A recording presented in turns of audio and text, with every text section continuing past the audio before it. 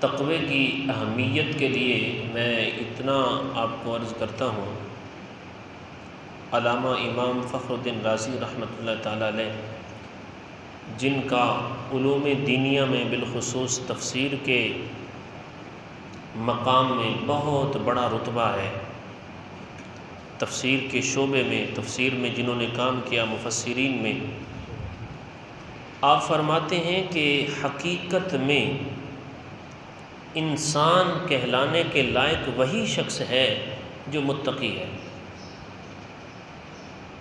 کیا ہے؟ حقیقت میں یعنی انسان اسی کو کہا جائے وہی کہلانے کا حقدار ہے جو متقی ہے۔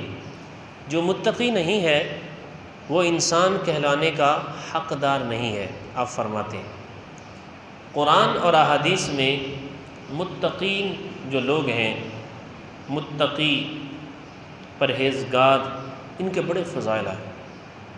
جیسے آپ دیکھیں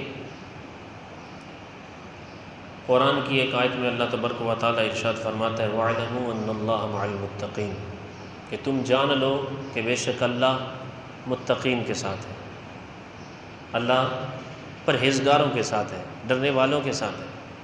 پھر ایک اور مقام پہ پھر ارشاد فرمایا ثُمَّ نُنَجِّي الَّذِينَ اتَّقَوْا، اللہ فرماتا ہے ہم پھر بچا لیں گے ان کو نجات دیں گے، ہم بچا لیں گے۔ ثُمَّ نُنَجِّي الَّذِينَ اتَّقَوْا، جو متقی ہیں، جو ڈرنے والے ہیں، پرہیزگار ہیں، جنہوں نے پرہیزگاری اختیار کی، متقی بن گئے۔ اور پھر ایک مقام پہ تو اللہ یوں فرماتا ہے یوم نحشر المتقین للرحمن وفدا، کہ ایک دن ایسا بھی آئے گا، اللہ فرماتا ہے اس دن ہم لے جائیں گے متقین کو، پرہیزگاروں کو رحمان کی طرف مہمان بنا کر، رحمان کی طرف مہمان بنا کر لے جائیں گے۔ انما یتقبل اللہ من المتقین، کہیں پہ اللہ یہ فرماتا ہے، کہیں پہ اللہ یہ فرماتا ہے وَمَن يَتَّقِ اللَّهَ يَجْعَلْ لَهُ مَخْرَجًا، کہ جو اللہ سے ڈرا، متقی بنا، يَجْعَلْ لَهُ مَخْرَجًا، اللہ اس کے لیے نجات کی راہ نکال دے گا، بخشش کی راہ نکل جائے گی۔ وَيَرْزُقْهُ مِنْ حَيْثُ لَا يَحْتَسِبُ، اور فرمایا اللہ اسے وہاں سے رزق دے گا جہاں سے اس کا گمان ہی نہیں، خواب و خیال ہی نہیں ہے، اللہ متقین کو وہاں سے رزق عطا فرمائے گا۔ اور بھی کثیر آیتیں ہیں ایسی جس میں اللہ تبارک و تعالیٰ نے متقین کی بڑی صفات بیان فرمائی۔ کہیں پہ اللہ نے ارشاد فرمایا جنت کا تذکرہ کرتے ہوئے اعدت للمتقین، فرمایا جنت ہم نے تیار ہی متقین کے لیے کی ہے، تیار ہی پرہیزگاروں کے لیے کی ہے۔ اور قرآن پاک میں قرآن کا ایک وصف بیان ہوا سورہ بقرہ کے شروع میں، ذالک الکتاب لا ریب فیہ ھدی للمتقین، کہ قرآن ایک ایسی کتاب ہے جس میں کوئی شک کی گنجائش نہیں ہے۔ پھر ایک وصف اللہ نے یہ بیان فرمایا کہ اس کا وصف یہ ہے کہ قرآن ہدایت ان کے لیے ہے للمتقین، ھدی للمتقین، جو پرہیزگار ہیں، متقین ہیں، اللہ سے ڈرنے والے ہیں۔ آپ اسی دنیا میں دیکھ لیں کتنے ایسے لوگ آپ کو نظر آئیں گے قرآن پڑھنے والے لیکن گمراہ، ایسے بدترین ان کے عقیدے ہوتے ہیں اور عجیب و غریب سوچ کے وہ مالک ہوتے ہیں۔ تو بہرحال اللہ نے یہ فرمایا کہ اس قرآن میں ہدایت جو ہے وہ متقین کے لیے، وہی کیا ہے؟ پرہیزگاروں کے لیے۔ اور کہیں پہ اللہ نے ارشاد یہ فرمایا ان اولیاءہ الا المتقون، کہ اللہ کے ولی، اللہ کے دین کے مددگار اور اللہ کے اولیاء جو ہیں وہ صرف اور صرف متقین ہی ہیں، ڈرنے والے ہیں، پرہیزگار ہی ہیں۔ محترم اور محتشم عاشقان رسول، پھر ایک مقام کے اوپر اللہ نے یہ بھی ارشاد فرمایا فَإِنَّ اللَّهَ يُحِبُّ الْمُتَّقِينَ، دیکھیے شان، دیکھیے تقوی والوں کی، متقین کی، جو ڈرنے والے ہیں، یعنی بے باک شخص کی تو مقال ہی نہیں ہے، وہ تو کچھ بھی نہیں ہے اس بارگاہ میں۔ جو جتنا ڈرنے والا ہے، جتنا پرہیزگار ہے، جتنا تقوی زیادہ ہے، اتنا ہی اعلیٰ ہے، وہ اللہ کی بارگاہ میں اتنا ہی پہنچا ہوا ہے۔ تو میں عرض کر رہا تھا کہ اللہ نے ارشاد فرمایا فَإِنَّ اللَّهَ يُحِبُّ الْمُتَّقِينَ، کہ بے شک اللہ محبت فرماتا ہے متقین کے ساتھ، پرہیزگاروں کے ساتھ۔ اچھا، قرآن کی کئی آیتیں ایسی آپ کو ملیں گی اور احادیث بھی ایسی ملیں گی کہ اللہ فلاں سے محبت فرماتا ہے، نیکوکاروں سے محبت کرتا ہے، متقین سے محبت کرتا ہے، اور بھی کئی افراد ایسے۔ جب محبت کی نسبت اللہ سے بندے کی طرف ہو، اس کا معنی کیا ہوتا ہے؟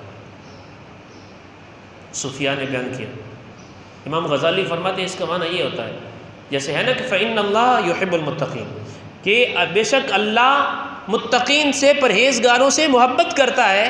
تو آپ فرماتے ہیں یہ اللہ کا متقین سے محبت کرنا، اس کا معنی کیا ہے؟ اس کا معنی یہ ہے کہ اللہ اس بندے کے اوپر اپنے قرب کے دروازے کھول دیتا ہے۔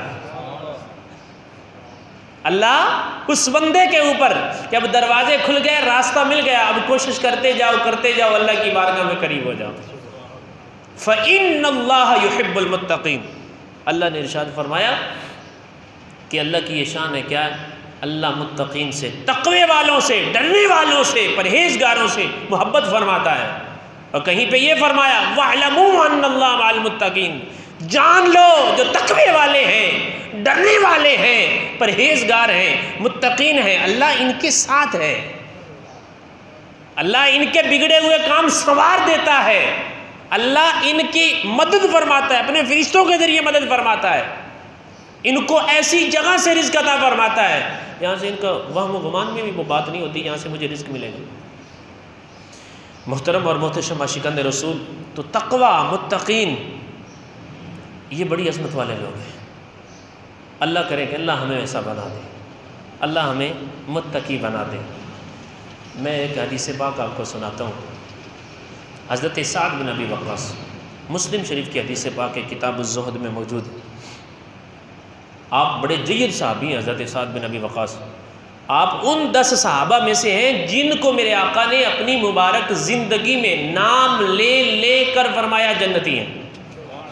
حضرت سعد بن ابی وقاص ان صحابہ میں سے ہیں۔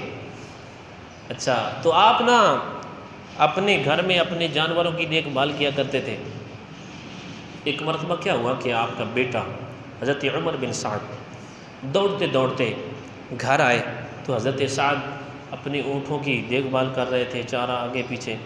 تو بیٹا عرض کرتا ہے کہ بابا جان، آپ اپنے اونٹوں کو دیکھ رہے ہیں، یہاں اپنے جانوروں کو دیکھ رہے ہیں، اور وہاں خلافت کے معاملات چل رہے ہیں، خلافت کی گفتگو ہو رہی ہے، باتیں ہو رہی ہیں۔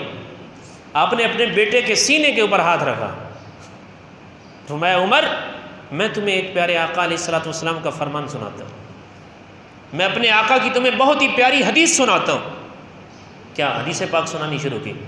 فرمایا کہ میرے آقا صلی اللہ تعالیٰ علیہ وسلم نے ارشاد فرمایا ان اللہ یحب العبد التقی الخفی تقی الغنی الخفی، کہ میرے آقا نے ارشاد فرمایا اللہ ایسے بندے سے محبت کرتا ہے، اللہ بے شک اللہ ایسے بندے سے محبت کرتا ہے تقی، جو متقی ہو، پرہیزگار ہو، ڈرنے والا ہو، آگے غنی، جس میں غنا ہو، اس غنا سے مراد کیا میں وہ عرض کرتا ہوں آگے۔ نمبر 3 خفی، جو گمنام ہو۔ یہ 3 صفتیں بیان فرمائی۔ فرمایا بیٹا میرے آقا نے مجھے ارشاد فرمایا، اور میں نے یہ حدیث پاک سنی کہ سرکار صلی اللہ تعالیٰ علیہ وسلم نے ارشاد فرمایا اللہ ایسے بندے کے ساتھ محبت کرتا ہے جس میں یہ 3 وصف پائے جائیں، تقوی، غنا، گمنامی۔ تو اس حدیث پاک میں بھی اگر آپ دیکھیں، علماء نے لکھا ہے کہ بیٹا آ کر کہہ رہا ہے کہ ابا جی وہاں خلافت کی باتیں چل رہی ہیں، منصب کی باتیں چل رہی ہیں، تو گویا آپ نے اپنے بیٹے کے سینے کے اوپر ہاتھ رکھ کے سمجھایا کہ بیٹا ہر وقت میں منصب ہو یا نہ ہو، آ رہا ہو یا جا رہا ہو، طے ہو رہا ہو یا جو کچھ مرضی ہو رہا ہو، اصل بات یہ ہے ان اللہ یحب العبد التقی الخفی والغنی، کہ اللہ تبارک و تعالیٰ ایسے بندے کو پسند کرتا ہے، محبت فرماتا ہے کہ جو پرہیزگار ہو، گمنام رہنا پسند کرتا ہو۔ میری مقال بھی نہ ہو یار، میری تشہیر ہی نہیں ہونی چاہیے، مشہوری بھی نہیں ہونی چاہیے، ٹھیک ہے، تقوی والا ہو۔ آپ نے اپنے بچوں کو یہ تربیت دی اور سبق سکھایا۔